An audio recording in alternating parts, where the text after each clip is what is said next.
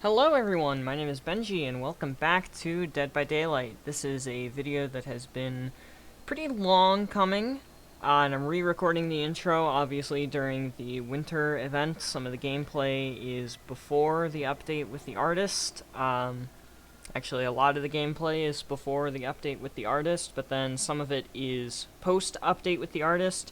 The artist is included in this video, and I should probably tell you what this video is. This is the tier list that I have created of all of the killers in Dead by Daylight. So what I have done is I have gone through and played at least one game with every single killer on my list and observed some streamer games and other casual gameplay with the, 8 killers now that I do not have. And then I have compiled them into different ranks and different tiers. There will be a actual full compiled list with the tiers that you'll usually see streamers and people use, like a little online format thing where you can take the killer and put it into tier A, B, C, D, S, all the good stuff. And you'll see that at the end. But how this is going to work in the meantime is, as I start talking about each killer, I will be voicing my thoughts of the killer as you are seeing gameplay of me or of somebody else playing the killer with the game audio. And you'll see a little indicator up here in the top left corner where I will put a text box saying that this killer is A tier because main points sort of deal. So, something along those lines, more or less, is what you guys are going to see. But without further ado, we're going to hop in here, and we're just going to go straight down the list as it is ordered here. So we'll start with Trapper, move on to Wraith, move on to Hillbilly, and so on and so forth. So, here is the Trapper. So, something that I didn't mention in the introduction is that I will be judging and ranking these killers based off of 3 things. And those 3 things are the map pressure, the innate gen defense with the killer themselves and their power rather than any sort of perks, and then the chase potential, the potential to get downs, and the potential to do well in a chase. So first of all, obviously, we've got Trapper, and I'm going to go on ahead and place Trapper at B tier. Starting off with the map pressure, Trapper has decent map pressure in specific portions of the map. So he can set up his traps and have his own little zone, but he's not good at the defense of the entire map at once. Other killers that are good at full map pressure, rather than just partial map pressure, are people like Nurse or Demogorgon, who can teleport. And Trapper doesn't really have that. Trapper does, however, have the little bit of map pressure where he sets up his traps. He can have a little zone, which moves us into the territory of gen defense, because with map defense comes gen defense. Trapper is very good at defending a small number of gens. He can defend a 3 gen or 4 gen in most maps relatively easily, due to the fact that he can put traps around loops, pallets, windows, and other structures, as well as the gens themselves, in order to sort of block them off and defend them better. If he gets out of his trapped zone, however, he will start to suffer in his, actual ability to chase and down and just be around that area.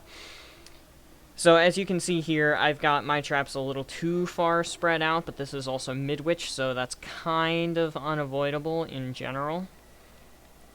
And that brings us into what's happening now, which is the chase potential. As you could see, I was placing traps a lot on pallets and windows and other sort of structures and stuff, just to kind of block the loop from being able to be used. I'm probably going to do it here, unless I kick the pallet. Trapper has very good chase potential. He's very good in a chase, so long as he actually is carrying traps. If you're in a chase and you're not carrying traps, however, you're going to have a little bit tougher of a time getting the down. because you could get to a pallet and then they would just stick around the pallet and be able to run around it and waste your time before actually dropping it and doing all of that good stuff. Whereas if you have a trap in your hand, you can place that trap at the window or pallet that is constantly being looped, and then you'll have the ability from there to actually deny that pallet and window and get the down a lot quicker. So all that being said, I'm going to go on ahead and restate my placing that Trapper is at B tier, and we're going to move on from here to the Wraith. So Wraith is a bit of an oddball character. He's similar to Ghostface in the stealth aspect of things, he's similar to Hillbilly in the speed side of things, and he's just an M1 killer like Trapper in the chasing side of things. So I'm gonna put Wraith, sadly, because he was my starter killer and I really loved playing him for a very, very long time. I'm sadly gonna have to put him at C tier, which is honestly a huge shame for me to say because I really did enjoy this killer a lot of the time that I did end up playing him. But let's go on ahead and move into my reasoning as of why I think this killer should be C tier. Also ignore the really bad gameplay. So, in terms of map pressure, the Wraith can be pretty much anywhere he wants at once. He can go invisible, and with the use of his add-ons, he can move around very, very quickly, very, very stealthily, and catch people off guard in terms of their positioning on the map. So he has really, really good map pressure, despite the fact that it takes him so long to uncloak and cloak. He can still get around quick once he is actually cloaked or uncloaked, for that matter. The gen defense, however, is a little different. For the Wraith, he can't really control specific areas. He can just be wherever he wants, whenever he wants, which means that he can't really be around a lot of gens at the same time. He can be around a gen or two. You can't really defend a whole ton unless, obviously, you get a 3-gen, which is good for any killer, but especially good for Wraith because of the whole popping out of nowhere routine. So he's not super great at gen defense. He is good at overall map pressure, though, I'd say. And the chase potential is really, really bad. He's a standard M1 killer. He's got a bit of a lunge, but that's really about it. Like, he comes out and he goes super zoom for a hot second, and then nothing else. So he's really basic. He doesn't have anything to help him in a chase. He just kind of has to run and swing and hope and pray that he actually lands a hit, which is why I'm doing so poorly in this chase, because I just can't get close enough, fast enough to actually get a hit. So I just really, really struggled on this one. So no chase potential, really, really low downing power, not really a whole ton of gen defense, just a decent bit of like map pressure and such. That's about it. So yeah, pretty basic overall, and I'm gonna end up putting him at our lovely C tier. Moving on to Hillbilly. So Hillbilly. Hillbilly is a character that I am not super familiar with. So this is my gameplay because of the fact that I actually own this killer. However, don't expect anything too grandiose from me. I really, really struggle with this killer. So first of all is map pressure. Hillbilly can go fast. He can zoom across the map. And aided by perks that just completely and entirely bumps that movement speed and that map knowledge up to 11. It is insane, the stuff that you can do with Hillbilly and a couple of good perks in terms of map pressure. You can get from one side of the map to the other using the chainsaw very, very quickly, and if you know what side of the map to get to and how to get there, you are going to be there and on top of the survivors before they even know what to say about it. And in addition to that, the chainsaw is a one-hit down on a healthy survivor. So if you're good at the chainsaw, unlike me, you can actually down survivors in one hit from healthy with, well, a little bit of effort and skill, but overall, if I took the time to learn Hillbilly, I'd be able to do it too. And in addition to that, during the chases, you can break pallets and walls instantaneously from a distance using the chainsaw, like I'm about to do right here. So I waste no time getting through pallets, getting through walls, and getting to survivors from where I'm at, which makes for an insane amount of pressure overall. However, that then brings us to gen defense, and a lot of people's opinions is that good gen defense good offensive potential and good downing potential means good gen potential. Because if everybody is on the ground, chances are they're not exactly going to be able to do gens, which is true, but at the same time, actually doing the gen defense piece of things and being able to kick gens and everything isn't entirely Hillbilly's strong suit. He can do it pretty well because of the fact that he can get around and because of the fact that he can munch through pallets and walls. He can get to gens pretty quickly, but actually kicking the gens and being able to find what gens need to be kicked is another story. So I'd say he's decent overall at all of that. And I would probably have to put Hillbilly at A tier, just because of the chase potential and the map pressure overall. And if I were better at this killer, I would certainly be dominating this game right now. However, since this was like one of my first games, I'm still having some issues with Hillbilly. But that's about to be expected, in all honesty.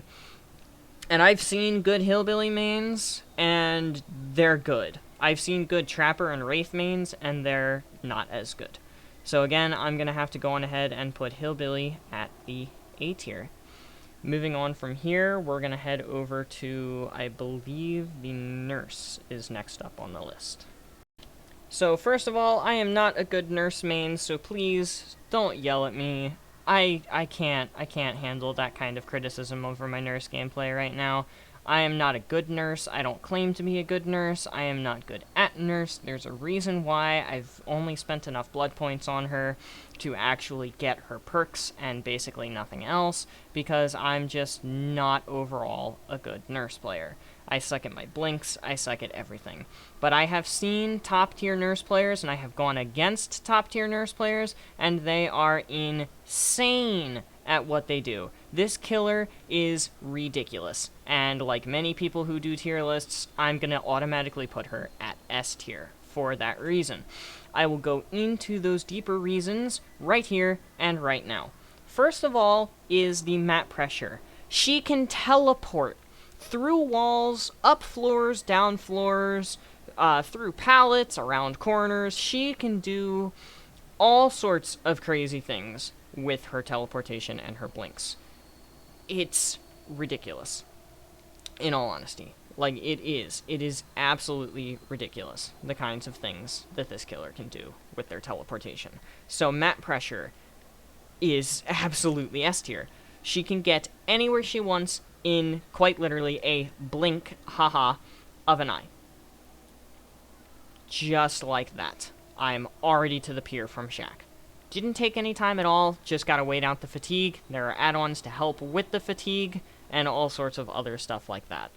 The mind games as well are ridiculous, because I made him think that I was going to teleport up, and then I immediately teleported where he was going to land, and I just did it again right there. So the chase potential is ridiculous, on top of the map pressure. Everything about this killer overall is ridiculous. And because of the fact that the map pressure and the actual downing potential, the chasing potential, is so crazy overall, that makes this killer top tier, without a shadow of a doubt. It makes her good at gen defense. Slap on a couple perks like, I don't know, barbecue, and pop goes the weasel. You can teleport to a gen, pop it, add on some ruin too, and boom. You've got a build that is going to absolutely ruin survivors. Now, a normal killer right there would have had to walk up the stairs, walk out the door, and do all sorts of things. But no, I can just straight up teleport exactly where I want to go. Same thing here. Would have had to go through the window, and then go down the stairs, and then cut her off there. But no, I can just teleport straight into the basement and just screw up her entire day for no reason other than I wanted to have some fun. So this killer is 100% S tier. Without a shadow of a doubt, this killer is S tier. And there's no possible way that anybody would be able to tell me otherwise. So we're going to move on here and move on to the Huntress. She is next up on our list.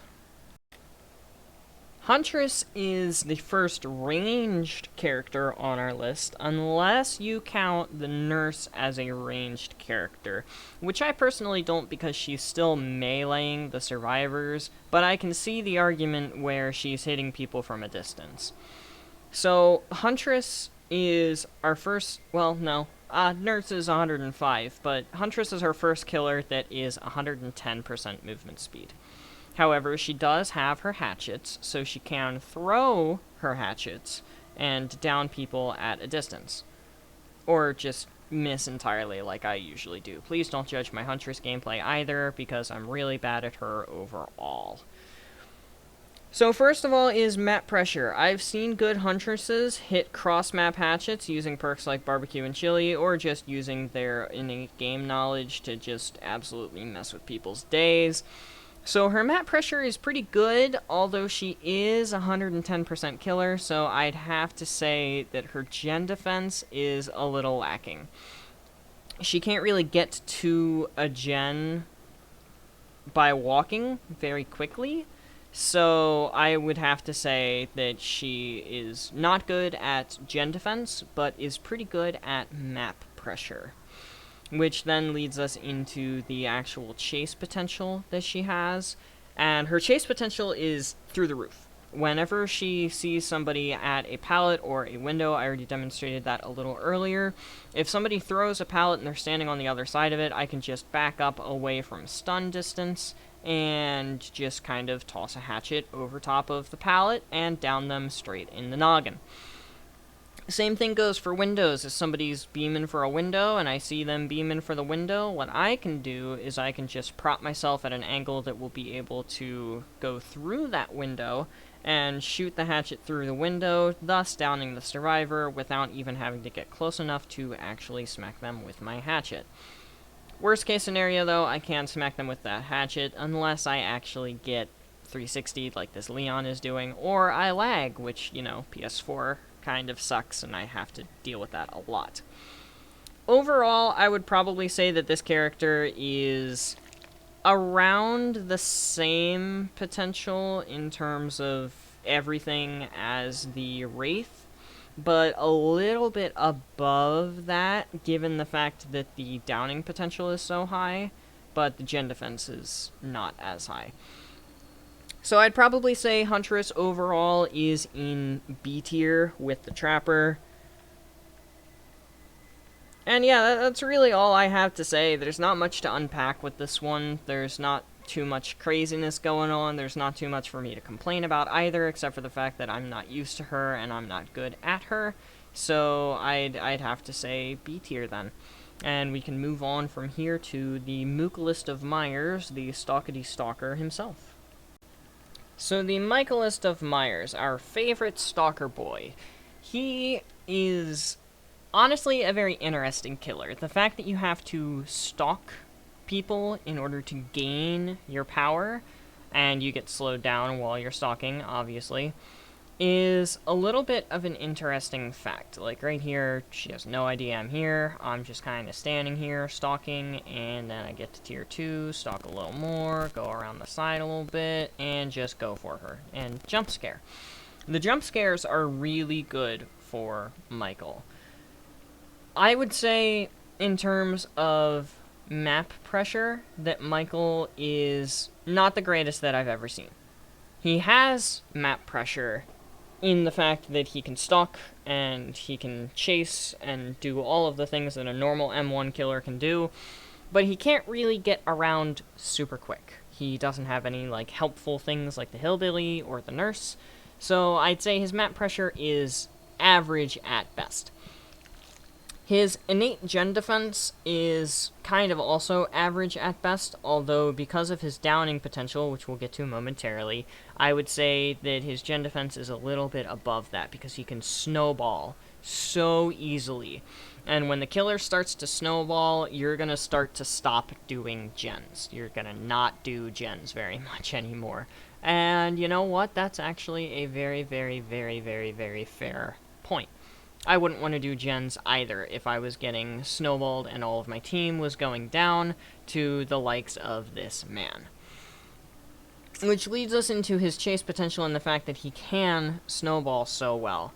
When he gets to tier 3 and can insta-down people for a certain amount of time, he is insane, especially with the aid of perks like Infectious Fright and other sort of telling perks and information perks like Infectious Fright. He can just get down after down after down, assuming you don't lag like that. That would have been a perfect example.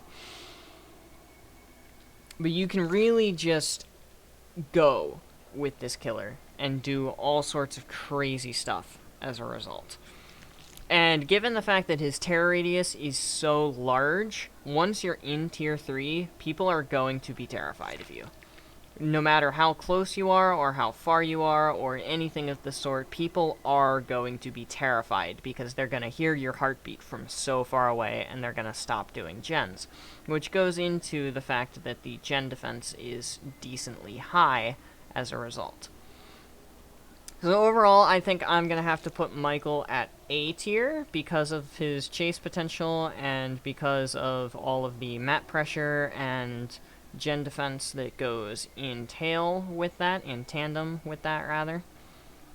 So yes, I'd have to say Michael is certainly A tier, and then we can move on from there to the Hag and talk about her and her teleportation. So, the Hag. The Hag is another interesting case to unpack, just kind of like the Huntress.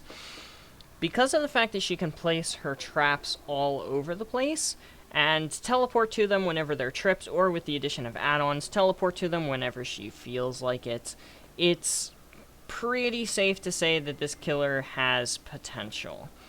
However, with the debuffed movement speed and the fact that you can't really chase a single survivor through pallets and whatnot, you're gonna have an interesting time playing as Hag. Overall, with the map pressure, I would say the Hag is very, very good with map pressure. The Hag can place down the traps and be able to be anywhere she wants, so long as the survivors are there as well, which is what you want, in all honesty, as the Hag. You want to have the survivors be where you're going to teleport, so the fact that they only will trigger and allow you to teleport whenever the survivors are there is very helpful to what your desires are. As a result of this, the gen defense is pretty good as well, because you can place traps on gens and on hooks in order to teleport to and from the different gens and the different hooks as the survivors are doing them. Or in some cases, honestly, when the survivors aren't doing them. If a survivor is so worried about triggering a trap that they stop doing gens, that's something to do in your favor. That's something that they're doing that will only help you in the long run of things. If they're crouching to avoid a trap that's on a gen, then they're not doing gens fast. And if they're triggering your traps to do the gens faster, you're going to interrupt them, so it's a win-win situation either way, in my opinion. And that leads us finally into her overall chase potential, which, I'm going to be honest here, she has none. She has no chase potential. Sure, you can place a trap around a window or pallet or whatever, but you're so slow, and people will avoid these traps. They can just run in a straight line and waste your time, and you'll barely ever so slowly catch up to them. You have to rely on triggering multiple traps in order for this killer to actually be viable and useful, which is why I'm going to go on ahead and put Hag at B tier overall. Which is a little sad because I do like the Hag, but in general, I feel like there's not enough good things to counteract the bad things, which is why I'm placing her firmly at B tier. So, with that said, let's move on to the next killer.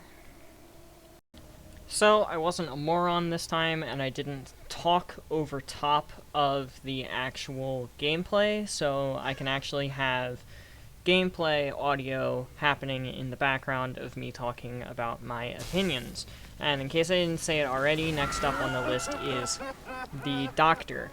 Now, sadly for the Doctor, I did end up getting a pretty bad map, that map being the Gideon Meat Plant. And I was a little bit upset about this due to the fact that there are so many pallets, there's this drop-off, the basement is ridiculous, and all sorts of other things. But we're not here to talk about the ranking of the maps, we're here to talk about the ranking of the killers. So first off, in terms of map pressure, the Doctor actually has pretty decent map pressure. Once you get people into Tier 3, they're going to scream periodically no matter where they are on the map. Depending on what add-ons you bring, they might see Phantom Doctors, they might see Phantom pallets, they might see all sorts of random stuff that's going to put them in a state of panic. Plus, if you get them into actual Tier 3, rather than just Tier 1 or 2, where they hallucinate, they can't physically work on generators or heal themselves or others, and they have to snap out of it before they're able to do that. And on top of that, for the map pressure, you just saw there is the sonic shock thing, the large shock radius that happens within your terror radius every time that red bar completely fills up. So as that red bar slowly fills up, you get access to this ability that will shock a very large portion of the map. You can bring add-ons that increase your terror radius, you can bring perks that increase your terror radius, so he's pretty good at map pressure, I would say.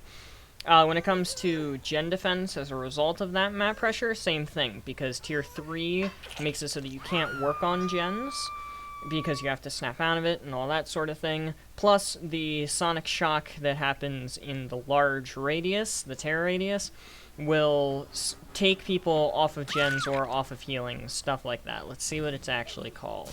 The static blast, that's what it is.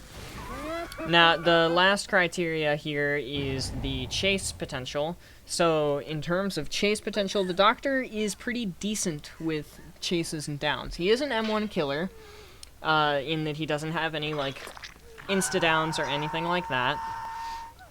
However, what the Doctor does have is his shock therapy, which makes it so that people can't drop pallets, they can't vault windows, and they can't do stuff like that. On top of the fact that once they're in Tier 3, they can't use items like flashlights, medkits, toolboxes, anything of that nature. He's actually a really good killer in a chase. He has very high downing potential. On top of the fact that you can mind game with the shock and everything like that to actually do a lot better in a chase. So because of all of those things, I'm going to end up placing the Doctor at A tier.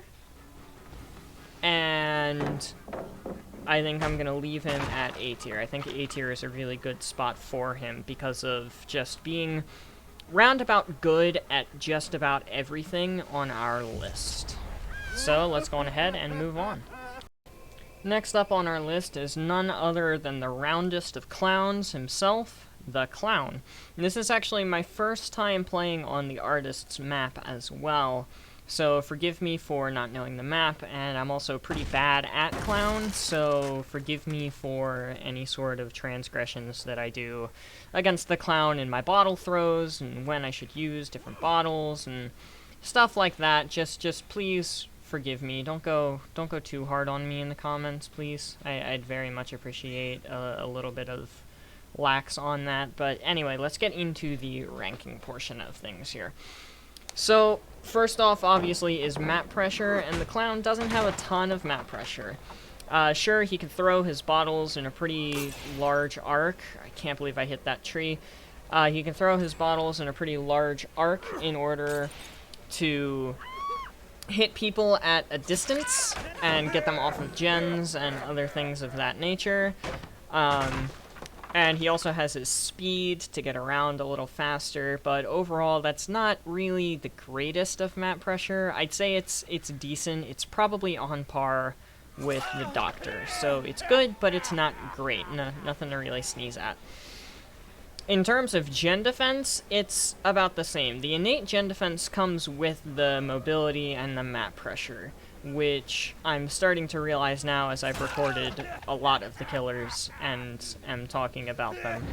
So, the gen defense, he can get them off of gens with his bottles from a close distance, which is pretty nice, actually, and from a far distance if you know how to aim them, which I really don't, but I got better toward the end of the game, and I've seen people do some pretty crazy stuff with clowns, so that's all pretty good in the end game of things.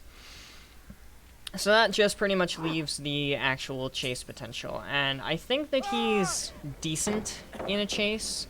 Like, you can gas around pallets, you can gas around loops and stuff, and just make it really, really difficult for the survivors to see and to get to each of the loops and everything like that.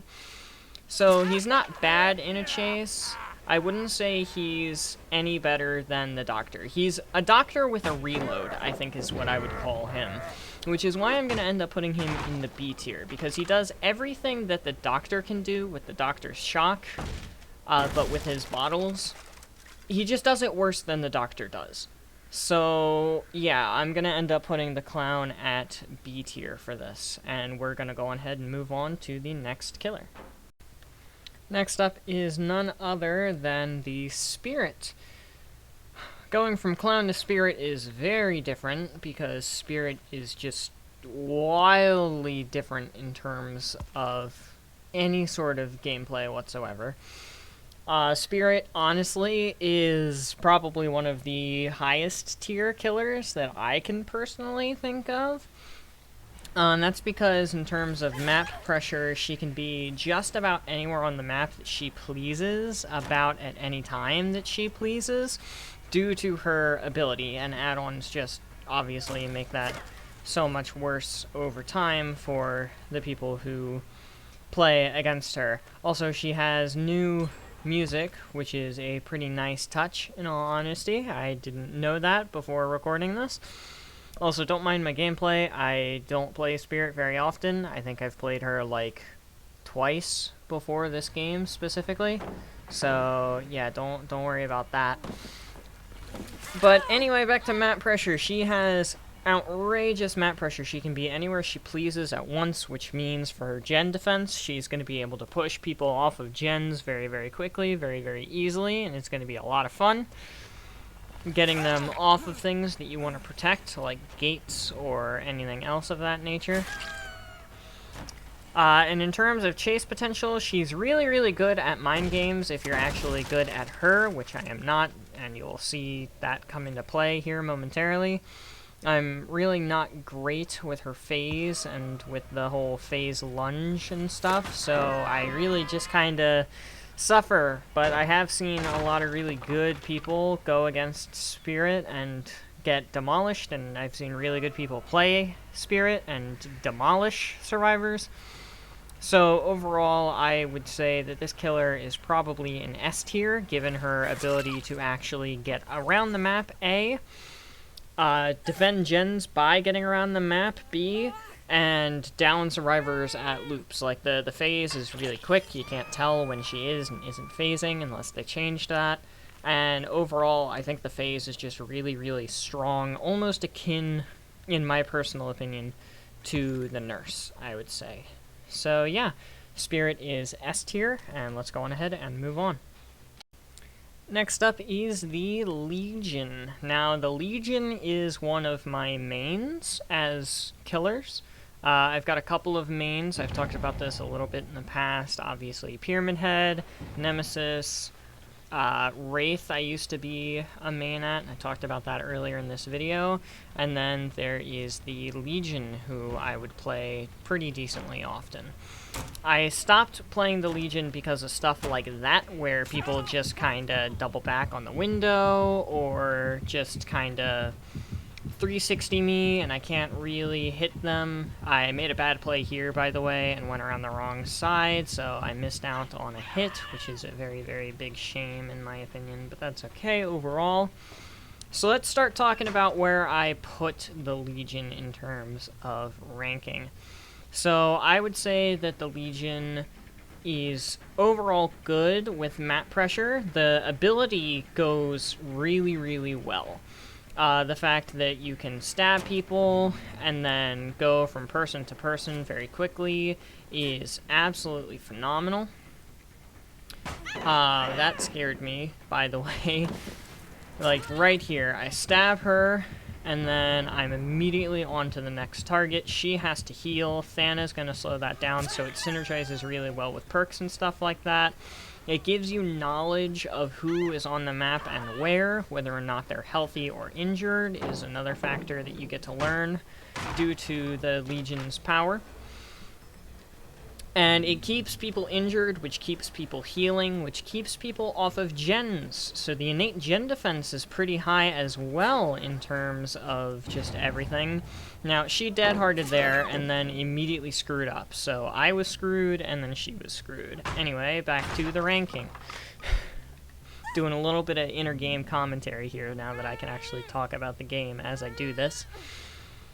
On to the chase potential. So the Legion's ability allows the Legion to hop over top of pallets and windows. So in a chase, if somebody hops over a window like that Dwight in the beginning, I can just use this ability, hop over top of the window very quickly, and then go straight in for the smack, injure, exit out of my ability, and hopefully get a down.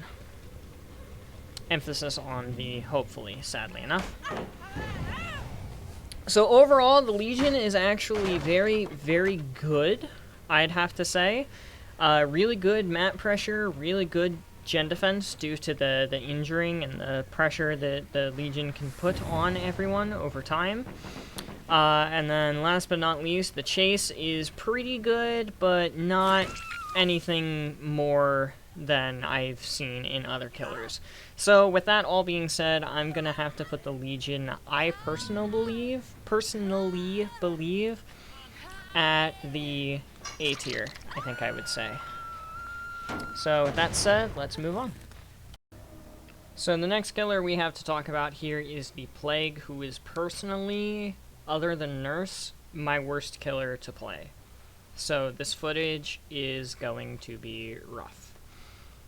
In addition to that, I had a bug during this game, this recording, where I could not injure people or make them sick. I could not make people sick other than contact. Like, if I puke on a gen and someone touched the gen, then they would get sick. But if I hit somebody with my puke and they did the whole, like, oh, ew thing, they wouldn't get infected. And I thought it was just a dedicated server thing with the first iteration here. But then it happened again. Like, look, he's not sick. First of all, he 360'd me, which was embarrassing. Second of all, here. I hit him again. Absolutely nothing. So, with that said, if that's a change, this killer is automatically in D tier, because it turns her into a M1 killer with no movement, no trapping, no nothing. It literally just turns you into a Wraith without invisibility, which puts it automatically at D or F tier. Otherwise, I'd say Plague is probably C tier. Just even when the power works, people can cleanse, and then yeah, sure, they cleanse and give you your insta-down power, but then they can just hide and wait out your insta-down power, or cleanse in an area that's away from your gens so that you can't actually use it on anyone. There's so many different things that people can do to counter this killer and just completely negate your power overall, that it just automatically puts this killer, for me, at D tier. And if it is a change that you actually cannot infect people in the way that you used to be able to, then that puts her at an F tier. So I'm going to assume that I was just bugged in this game, and we're going to put her at D tier. And that's because with the lack of mobility, you don't have any mat pressure. You really don't have any mat pressure. And if you can't infect people, you don't have any mat pressure or gen defense. And if you have, like... if you can't infect people like this, you obviously have no chase potential either. So there's really nothing that you can do. The only reason he got infected there is because I puked on the pallet by accident. That is the only reason why. So yeah, Plague is solidly at a D tier. This is about where I gave up during the game, because I was like, there's one gen, no hooks, I can't infect people, there's nothing I can do.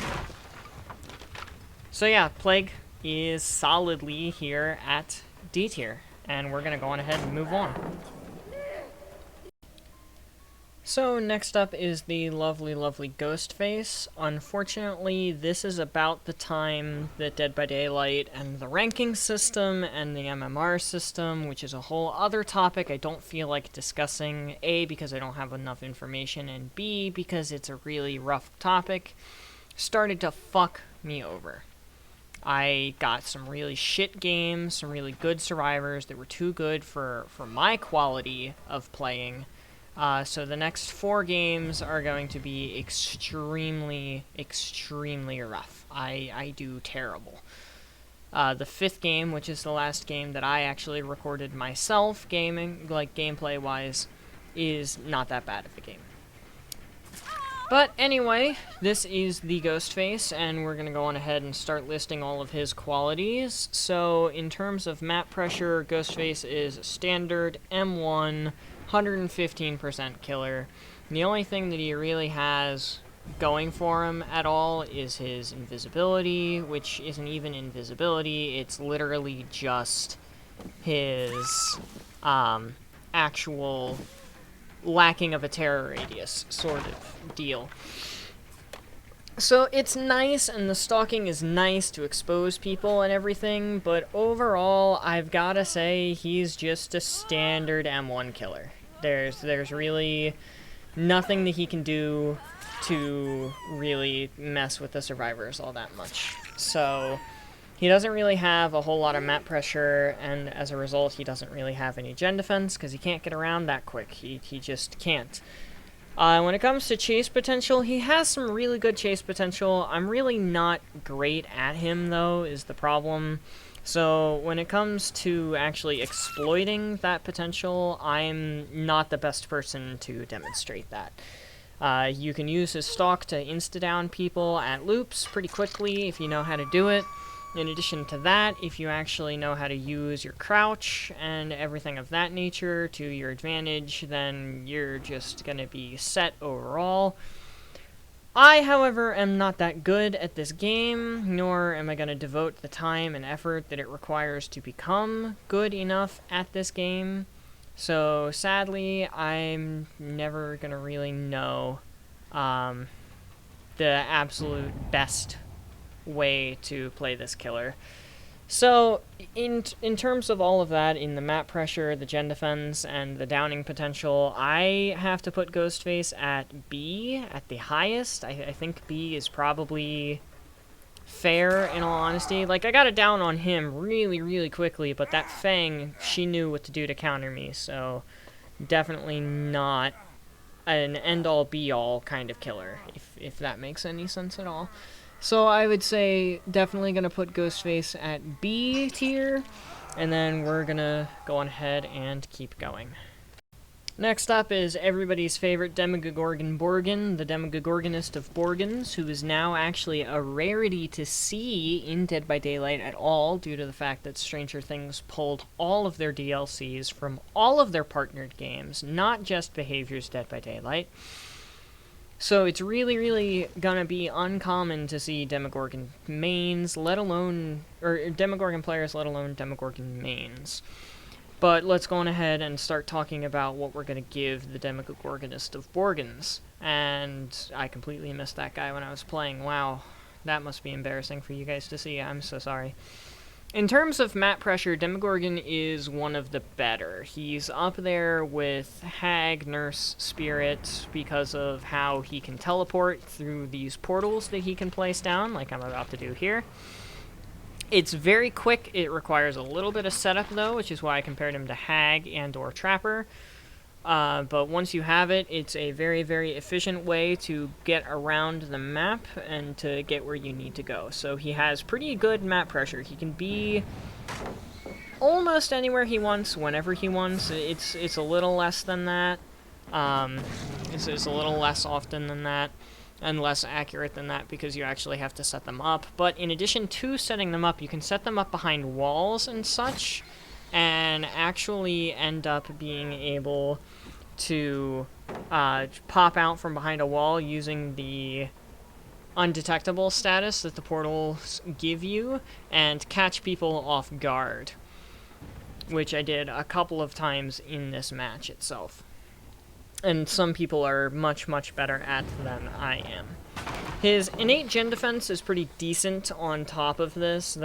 He's pretty scary to go up against, and I feel like this is something I haven't really touched on with a lot of killers, is if you come up to a gen that has multiple people on it, chances are that those people are going to have one of them take the aggro and the other two come back to the gen. When it comes to Demogorgon and a couple of other killers that I haven't quite touched on yet, it actually can be pretty terrifying when he comes up to you, and some people won't go back to the gen. They'll just leave the gen completely alone, and let the one person take the chase, but then they won't actually come back to the gen, which is pretty interesting because not a lot of killers can get that kind of reaction. I can only think of a couple. So he's got good map pressure and good gen defense. How about the chase potential? Well, his potential in a chase is decent. He's 115, and he's pretty much an M1 killer, but he does have that lunge. And that lunge is good for two things. A, it's good for save the best for last, which is a perk that's pretty much a requirement to play on Demogorgon. And in addition to that, it actually goes through pallets, which you'll see me do. I think I do here. Yeah, I do here. So I charge it, and then when she throws the pallet, I shred the pallet, and I can do it from a distance as well, just like Hillbilly. So that comes into play with Hillbilly there, the sort of same type of gen defense, or sorry, chase mechanic going through the pallets and stuff like that. Overall, I think I'm going to put Demogorgon at B, just because I feel like he's a little underpowered when it comes to the survivors. There are some killers that are just honestly easier to win with than others, and that's something that I'm taking into account now that I've played through all of the killers pretty much in a row here. At least all the ones that I have. Some are just straight up easier to win with and easier to learn than others are. Some of them are just straight up better, and it's hard to put that into words as somebody who does this casually. I hope nobody's expecting anything super great out of all of this, because I am by no means a professional. I probably should have said that at the beginning instead of on Killer, I don't know, like 16 or whatever Demogorgon is, 14, 12, something, I don't know. But overall, I think I'm going to put Demogorgon at the B tier. He's good, but not that good. Actually, no, you know what? I am going to bump that up. I'm going to bump that up to A tier. I'm going to say Demogorgon is an A tier killer. more for the movement around the map and the fact that when you synergize with perks, he can be really, really good. So yeah, I'm going to say Demogorgon is A tier, and then we're going to go on ahead and move on. And next up on our list here is the Deathslinger. And I can tell you right now, playing the Deathslinger before and after the nerf is two very, very, very different things. I think that the Deathslinger is just awful. Just straight up terrible. I hate this killer. Like, other than Plague, I hate this killer so much. It's actually awful. Like, the ADS is terrible. The difference in sensitivity on my controller from the ADS mode to the regular mode is terrible to try to get used to and to use. This killer is straight up just awful. Just terrible. In terms of the three things I've been ranking killers on, map pressure is awful. He's 110%. He has an 18-meter range on his gun with lag between the firing and it reaching the 18 meters, you know, like a normal chain would have. He's got a shit lunge. He's just a shit killer. He's really bad at map pressure. He can't get around, and he can't stop people from doing gens. So his gen defense is shit as a result of that as well. The only good thing about him is in a chase, he can shoot people through windows like that, pull them to the window, and smack them. And he can do the same thing to keep them from throwing down pallets. And if the survivor is healthy, what he can do is he can shoot the survivor, have them drop the pallet, or get them behind a wall and break the chain and break them. Other than that, he's awful all around. Bad map pressure, bad gen defense, bad chase potential. Just bad. He's literally just bad. So I am putting him firmly in the D tier. And that's just that. He's in the D tier. I really have nothing else to say. We just had the longest killer, and I think this is the shortest killer. So, let's move on. Next up is everyone's favorite triangle boy, the Pyramidist of Heads, the man, the myth, the legend himself.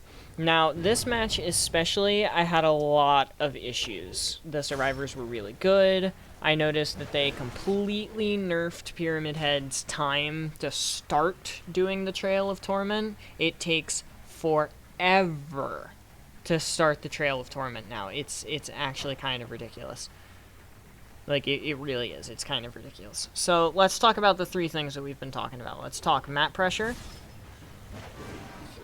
And in terms of map pressure, he's 115. He can place trails in the environment. Like, that's really all that he has going for him. Also, hit validation sucks. That hit was mine. Anyway, that happened quite a lot this game as well.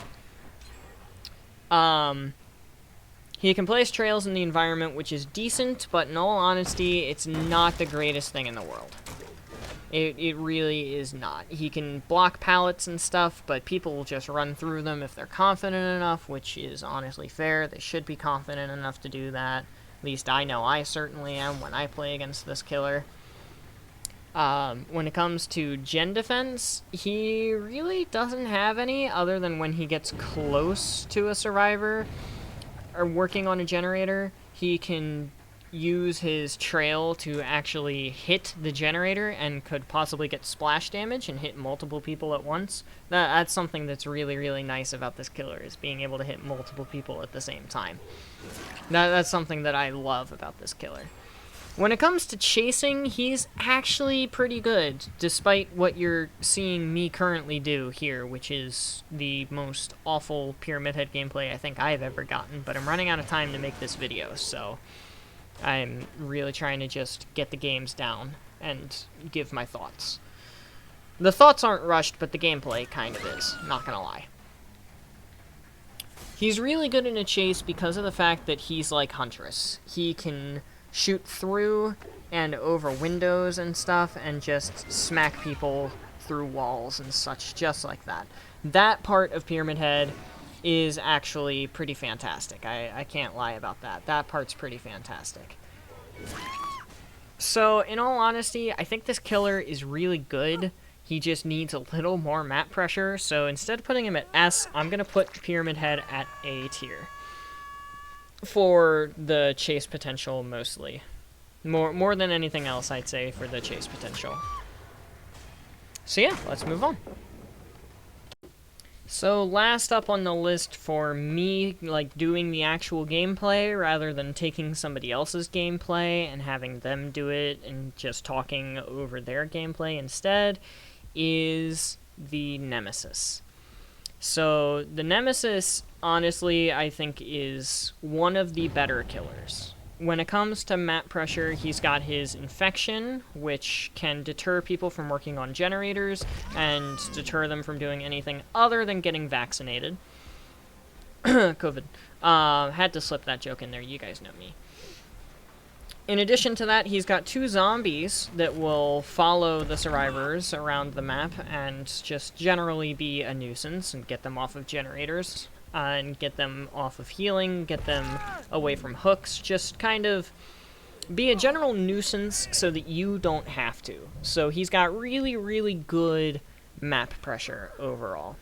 In terms of innate gen defense, the zombies, like I said, really, really help out with that as well, and so does the whole vaccination thing. That really helps. So really what this character boils down to a lot is the potential in a chase. So, Nemesis not only is 115% killer, he's got a pretty decent lunge. He is large, unfortunately, so he does have the deficit of being heard and seen pretty easily while in a chase. But overall, I think that matters less than anything else, because this Nemesis is really good at getting downs.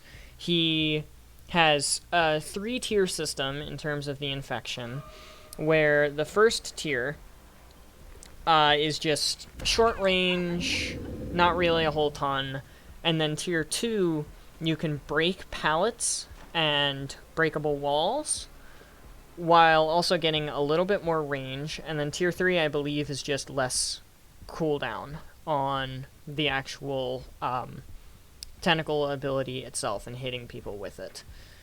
So if I were tier 2 right there, I could have broken that wall. So it's like Hillbilly in a way, where you get to break the pallet, and Demogorgon, where you get to break the pallet and break the breakable wall and get straight back into the fight. Except in the opposite version of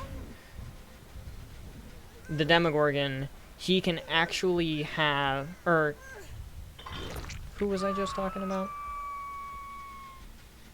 I was comparing the thing to Hillbilly, Huntress, and Pyramid Head. Pyramid Head. Instead of with Pyramid Head, who doesn't have a lot of map pressure, this killer does have a lot of map pressure. On top of being able to get downs and do all the fancy stuff, he has the map pressure to actually stall survivors on top of everything else, which puts this killer, I'd honestly say, at S tier. He is just really good in a chase. He's not as good as, like, you know, Spirit or Nurse or anyone else in terms of map pressure and downing potential and everything, but he is absolutely phenomenal in a chase. And the zombies and everything else adding to the map pressure really gives him that extra edge that I think bumps him up to S tier. So with that all said and done, let's go on ahead and let's move into the killers that I don't own. The only killer that I do own that I'm not actually playing is Pinhead, because I haven't had the opportunity to, and I'd rather watch somebody else play it. So let's move on and see what's next. So this is the beginning of the gameplay, of which I am not personally recording. Links to all of this gameplay and the people who provide this gameplay for me via YouTube are going to be in the description. I am giving them all credit. I am saying right now, every killer that appears after this video and including this killer are not my footage, are not my gameplay. Go give them the credit that they deserve. Thank you guys very much. And let's start talking about everything to do with these killers. So first off, obviously, here is Leatherface. And this guy is on keyboard and mouse, as you can clearly see.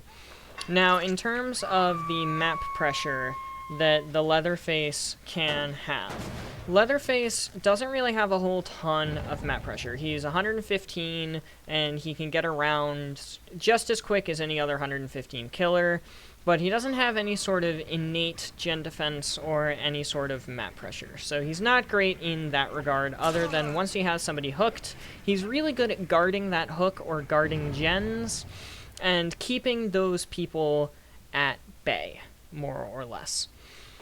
Now, what really puts this killer where I think he deserves to be put is his downing potential, and his potential in a chase.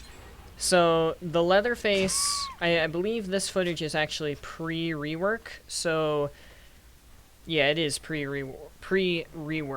I'll do my best to find killers that have footage after their respective reworks. So, he can instant down people with his chainsaw, and now he actually has 3 charges that he can use to his advantage to chain together a longer chainsaw tantrum. And actually down more than one person per hit. It has splash damage. So this killer is fantastic in a chase. Fantastic guarding hooks, which is why a lot of people face camp with him. Sadly enough, in all honesty. So all of that combined, and especially with the chase potential that this killer has, I'm really gonna have to put this killer up there in the A tier. Just almost only because of the fact that he has so much chase potential and so much ability to down people. He's gonna be up in the A tier.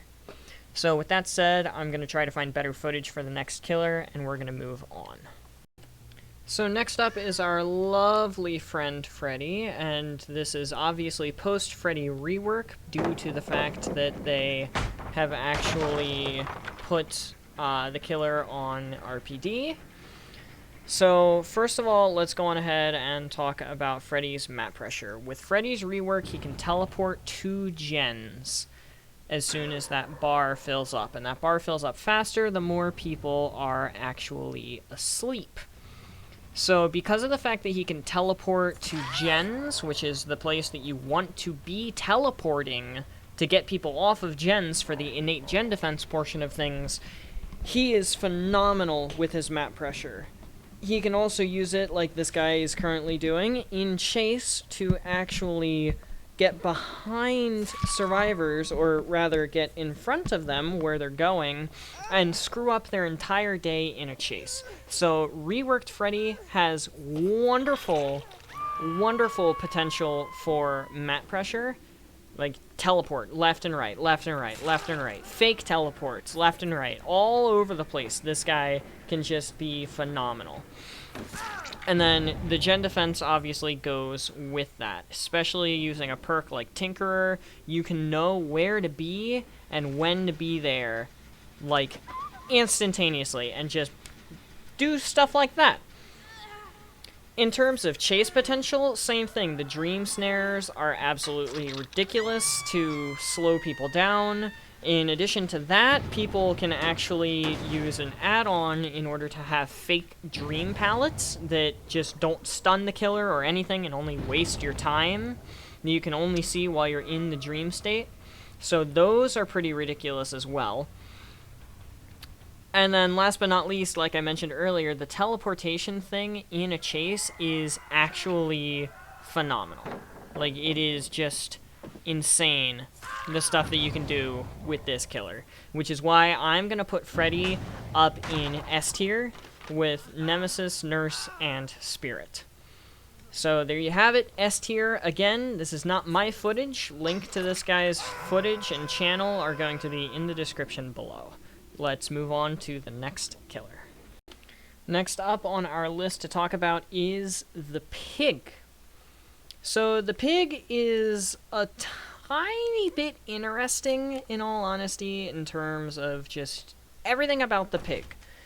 In terms of map pressure, she is a standard 115% killer, so she really can't get around all that fast, in all honesty.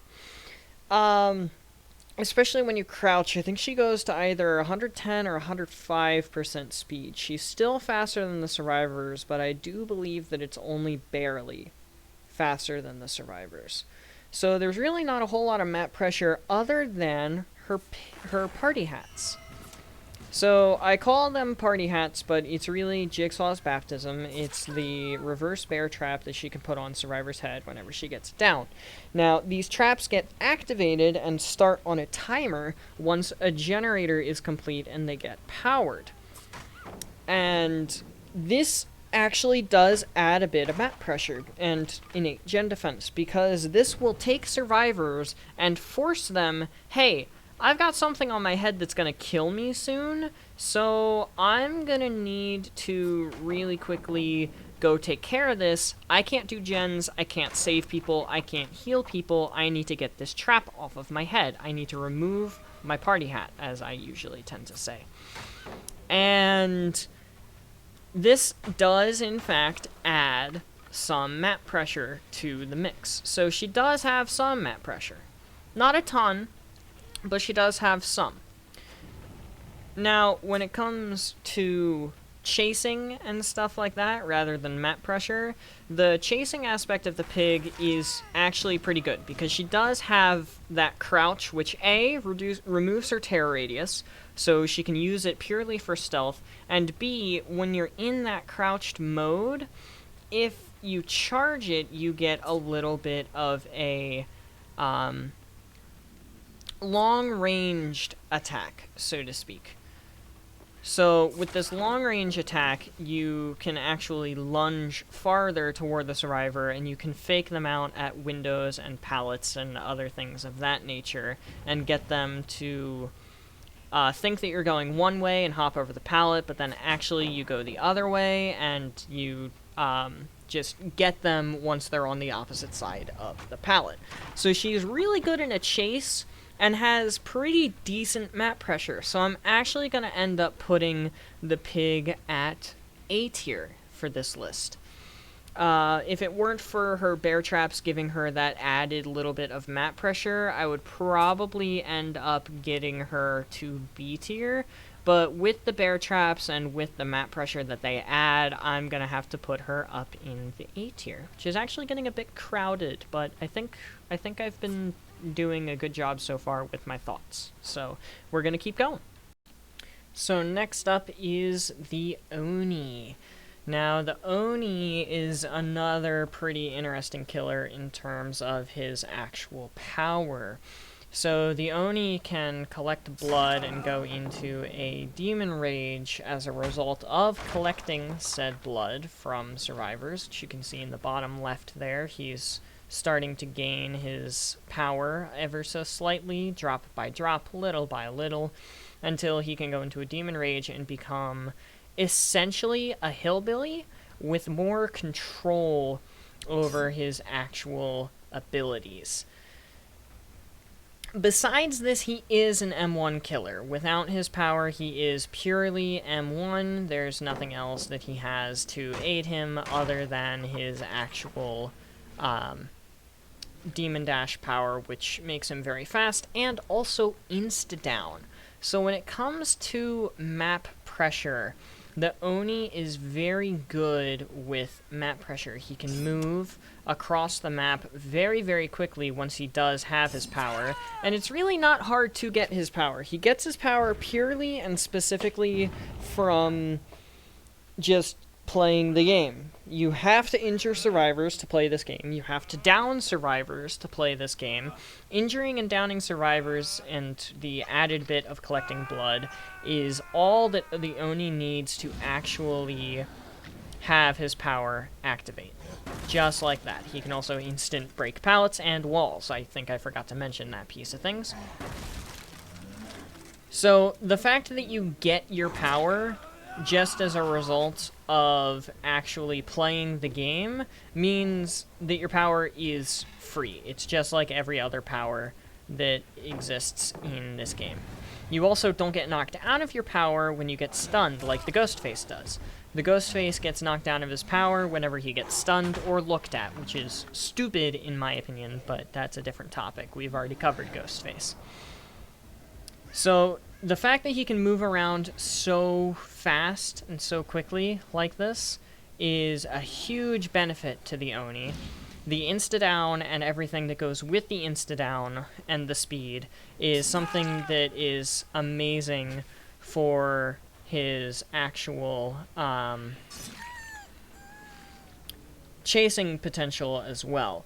The fact that while you're in a chase, you can just bust out this Demon Dash power and insta-down a healthy survivor by changing targets, or collect enough blood from an injured survivor in a normal M1 chase and then move on and insta-down the next 2 survivors that you encounter, plus being able to go back and forth and just find people at gens and go and protect your gens, makes this killer, in my opinion, I'm honestly gonna have to say, A tier. Pretty high A tier as well. Up there with Michael Myers in terms of being able to insta-down people based on a power, and being able to get around the map super duper quickly. He's definitely going to be up in A tier. Again, by the way, I don't think I mentioned it with the pig, but the pig was not my footage. This is not my footage. Links are still in the description, and we're going to move on to the next killer. So next up on the list is the twins, and I'm not gonna lie, I don't know entirely what to think of the twins. I think that they're underpowered. I think that they don't have a lot going for them. Like, they have Victor. Victor can block pallets. He can't block pallets. He can jump over pallets and jump through windows. He can block lockers. And if you put him in a corner and leave him, he will give you killer instinct to tell you where people are. So I guess that's kind of map pressure, but that's really the only bit of map pressure, and it's very, very, very localized map pressure. It's not really good map pressure. It's just slight map pressure. So that's not great. In terms of downing potential, Victor can hop over top of things and get injures and downs, and he's pretty quick about it, and it's a lunge, I guess. But in all honesty, I really don't think it's that great. Like, I really don't think it's that great. And then, especially with the twins being only 115%, they really don't have a whole lot going for them, in my personal opinion. So, I don't think they have a lot of chase potential. I don't think they have a lot of downing potential. I don't think they have a lot of gen pressure, map pressure, anything of the sort. So, I'm gonna have to put the twins at C tier with the Wraith. And that's really, I really don't have anything else to say. This one's gonna be pretty short. Again, footage isn't mine, link in the description. And we're gonna move on to the next killer. So next up is everybody's favorite, the Blight. The bouncing pinball machine that's high on crack and runs off of slippery surfaces like butter. The shack is always covered in butter, and so are cars, apparently, and so are tires sometimes. The Blight is... He's a good killer, but he's got some bugs, and I think the bugs are gonna tear down his score just a little tiny bit until he's fixed, in my opinion. I'm sorry to say it. So in terms of map pressure, the Blight is fast, and I mean this dude is fucking quick. Look at that. You've got 5 of those little charge dash things, and they go a long distance, and they go very quickly. So, you can schmoove with this guy, meaning if he's not sliding off of surfaces like that, he's got really, really good map pressure, which innately means that he has really, really good gen defense, because you can get 2 gens, you can get people off gens, you can get people to kick gens, all that sort of great stuff. Now, because of the fact that he slides off surfaces, that kind of makes it a real shame to try to play this killer, as you've already seen a couple times in this guy's footage, which again isn't mine, link in the description. I'm going to keep reminding you of that so that I don't get accused of stealing footage. This is more to cover my ass than it is to make sure you go check these people out, and honestly, you should go check them out anyway. Don't even know what he bumped into there. So this killer is buggy, which tears down the map pressure score a little bit. In terms of the chase potential, though, he's really good in a chase. Because of his pinballing ability, he can go back and forth and back and forth, and he can just get to a survivor very quickly. He can bounce off of pallets, he can bounce and hit pallets and destroy them. He can do all sorts of crazy turnaround maneuvers and stuff like it in order to catch up to a survivor and give him a fat smack on the noggin. So he's really, really good. He would be an S-tier killer. And honestly, I think I might still put him in S-tier, just very, very bottom S-tier, specifically because of the fact that he has so many bugs and so many problems. If it weren't for the fact that he had so many problems, I would probably put this killer up next to Nurse, maybe even above another killer that's in S-tier.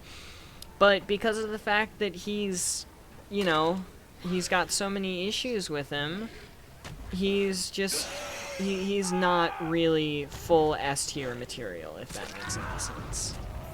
He really is not S-tier material. And that, it sucks, but he's really, really low / not S-tier material. I'm torn between putting him in S or in A, and I think I'm going to make the final decision right now and say I'm going to put him at very, very bottom S tier, and that's mostly because A tier is kind of crowded otherwise.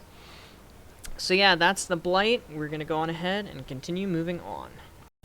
Next up on our list is the Trickster. Now, the Trickster is our second to last killer. We're almost done with the video, and I'm almost done with the editing, because I've been editing as I'm recording, which is smart, instead of saving all the editing for the end like I usually do, which is dumb. And we've got basically discount Huntress. Now, Trickster is 110%. He can throw knives very, very quickly, but it takes multiple knives to actually be able to injure a survivor in the first place. It's not like it's one knife to hurt somebody and one other knife to down them. It's more like 5 knives to injure and 10 knives to down, I believe, is the default now. It might be 6 and 12. I don't quite remember. You can also obviously just straight up smack people too. That always works as well. Now, in terms of map pressure, the Trickster has none. Like, the only map pressure is putting people on hooks, and even that is a bit of a struggle for the Trickster due to the fact that you actually have to get to a point where you can down somebody with your knives or even with your baseball bat. Now, you can shoot through gaps and stuff and hit people, but in all honesty, that's really the same as the Huntress, so he's worse than the Huntress, but not as bad as the Deathslinger, in my personal opinion. Because just look at that throwing speed. That's pretty good overall.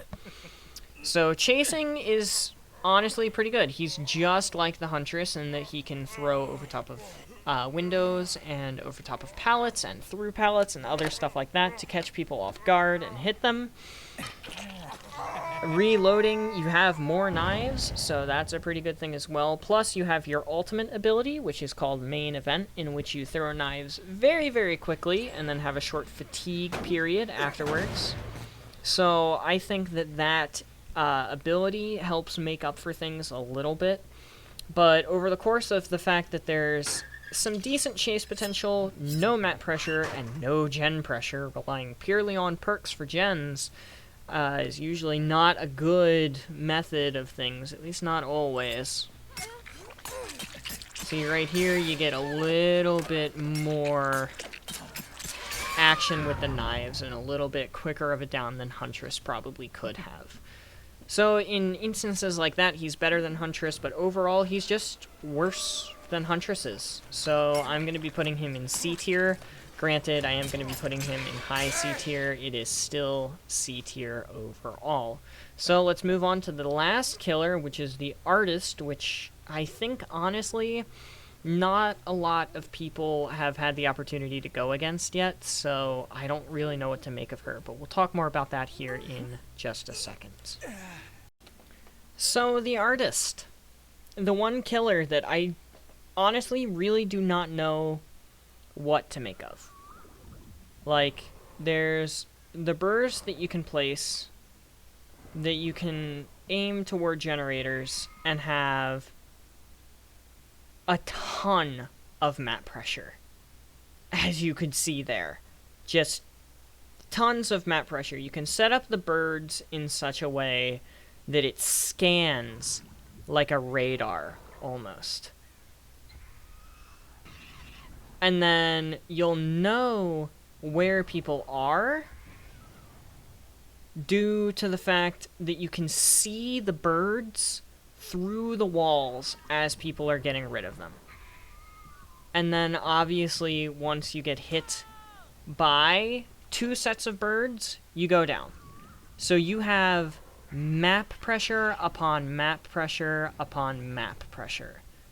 You can just get tons and tons of map pressure, injures and downs from across the map with no effort put in whatsoever. In addition to that, you can use them mid-chase to block pallets and deny routes, deny movement capabilities of survivors, and then you can just catch up to them and catch them off guard and just give them a hefty smack with your little paint knife. This killer is insane, in all honesty. She has so much pressure on the map that the chase doesn't even really matter. Like, if you can keep people off gens without really lifting a finger, and then can chase really well with the birds, you're gonna do perfectly fine with this killer, no matter how dumb you are at this game. If you know how to aim toward gens, and aim toward where people are going to be going, plus being able to see them through walls makes tracking an absolute breeze. Right there, this person just denied the survivor any sort of opportunity to move anywhere. They denied the left and the right by being left and right, and then they denied the middle they denied the left and right by putting the birds, and then they denied the middle by being in the middle. And right there, they dropped the pallet, they put the bird on the pallet, and then decided to send the birds and get it down once they pushed the survivor around the side, which is just insanity. It is absolute insanity, the things that this killer is capable of. Like, lining it up and doing both gens just like that, there's no way you'll be able to do gens unless you're super coordinated as a team. This killer is busted. So I'm going to be firmly and confidently putting the Artist at S tier. And, I mean, just look at the gameplay. The gameplay speaks for itself. There's no reason why this killer shouldn't be S tier. There's no reason at all why this killer should not be S tier. And if you want to fight me on that, you're dead wrong. But that has concluded every single killer in Dead by Daylight as of this video's upload. And now we're going to go to the outro, where we're going to talk about where the killers have been placed on the actual tier list itself. I'll show you the visual of the tier list, and then we will wrap up from there. So, with everything all said and done, all of the killers gone over, and everything that we have to talk about talked about, here is the overall tier list itself. With every single killer, their face snapshot put in, and ranked according to how I think they would be ranked.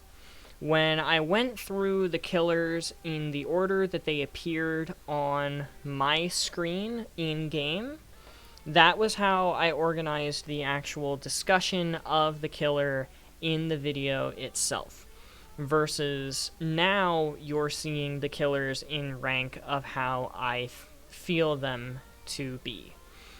So you can see up in the S tier, number 1 is the Artist, followed by the Nurse, followed by Freddy, followed by Spirit, Nemesis, and then ending with Blight, who I don't know if he should have been in A tier instead of S tier, but overall I think that I made the right choice there. And then following in A tier, we've got Bubba, Michael, Oni, Pyramid Head, Doctor, Hillbilly, Legion, and Pig. And then we've got the Clown, Trapper, Ghostface, Hag, Demogorgon, Borgin, and Huntress in B tier. In C tier, which is a little less crowded, we've got the Trickster, the Wraith, and the Twins. And then firmly in D tier, because they're garbage, is the Plague and the Deathslinger. So I think the Artist is the most overpowered killer in the game, followed closely by Nurse, Leatherface, Oni, Michael. They're all pretty good. Clown, Trapper, and Ghostface are decently average. Trickster's not that scary, neither is Wraith or the Twins. And whenever I see a Plague or Deathslinger, most of the time I'm not shitting a brick. So that is literally everything I have. That is everything that we have to discuss. That's the tier list. I'm completely done. This video has been almost an hour and a half long, so if you made it this far, thank you very much for watching. I hope you have enjoyed. Happy birthday to Supreme Being 8. This is your birthday present. You will get a birthday stream as well. Thank you for being here for as long as you have and helping me kickstart my channel. Thank you to everybody else for watching this video and sticking around with me. I hope you've enjoyed it, because I know I certainly have, and I've put in a shit ton of effort. But without further ado, adios, sayonara, au revoir, hasta la vista, das vidania, avida ciao, and goodbye. Have yourselves a wonderful day. Get some sleep if you need to. Don't forget to stay hydrated. Merry Fixmas, and I will see you guys in the next video. Enjoy the music. I love you all. Goodbye.